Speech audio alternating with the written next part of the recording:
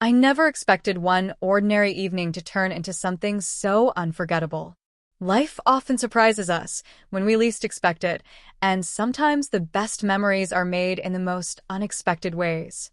That's exactly what happened to me one night in New York City, when three men I barely knew turned my evening into an incredible story worth sharing.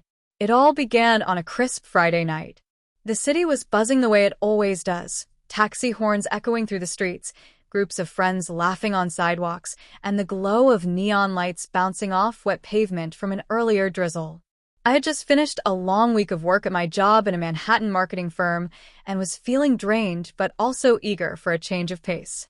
My friend Julia had invited me out for a small gathering at a rooftop lounge in Brooklyn, and although I debated skipping it, I eventually convinced myself to go. The rooftop was stunning, with string lights glowing above, and the skyline stretched across the horizon. I could see the Empire State Building in the distance, and the energy of the city felt alive in the cool breeze. Julia introduced me to a few of her colleagues, and while they were polite and kind, I didn't feel a strong connection. That was until I stumbled into a conversation with three men who seemed to light up the evening in ways I never anticipated. Their names were Ethan, Ryan, and Marcus. Ethan was the first one I met. He was tall, with a calm but charismatic presence.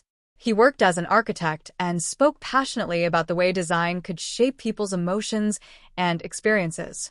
He wasn't the kind of person who dominated a conversation, but when he did speak, his words carried weight. He had this thoughtful way of explaining how even a building could tell a story, and somehow that fascinated me. Ryan was completely different. He had the energy of someone who could walk into a quiet room and instantly fill it with life. He was a musician, a guitarist who played at small venues around the city. He had messy brown hair and an easy smile that made everyone around him feel comfortable.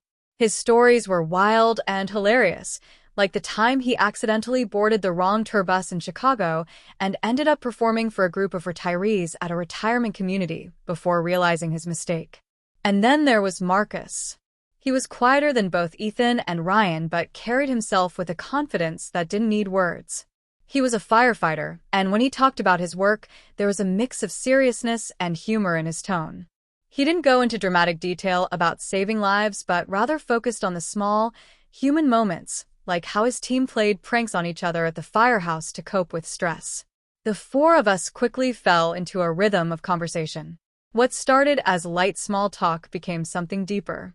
We shared our favorite books, childhood memories, and the places in the city that made us feel most alive.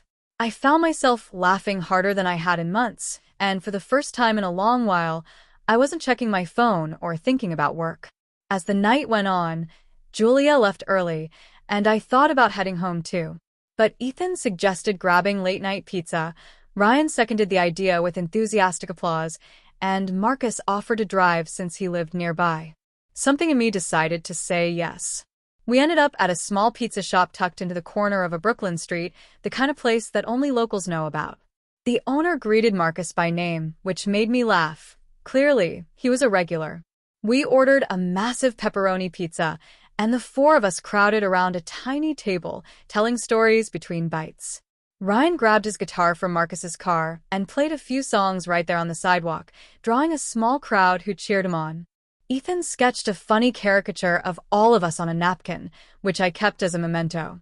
Marcus made sure I got home safely, insisting it was no trouble at all.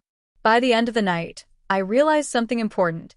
These three men didn't just fill my evening with laughter, music, and stories. They reminded me that some of the best nights aren't planned. They happen when you're open to new people, new conversations, and unexpected adventures. The next morning, I woke up still smiling. I replayed the night in my head and knew it was one of those memories I'd carry with me for a long time. It wasn't about romance or anything dramatic. It was about connection, friendship, and how strangers can turn into something more than strangers in just a matter of hours. In the weeks that followed, I stayed in touch with all three of them. Ethan ended up showing me one of his building projects. Ryan invited me to one of his shows, and Marcus introduced me to his firehouse team. They each brought something unique into my life.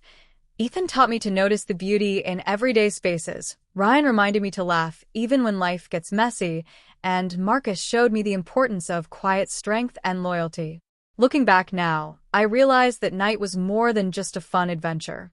It was a reminder to embrace the unexpected, to say yes even when it's easier to say no, and to let people surprise you. Because sometimes, one ordinary Friday can turn into an extraordinary story. And that's why I wanted to share it with you, because maybe the next time you're invited out, or the next time you meet new people, you'll remember that something magical might be waiting for you too.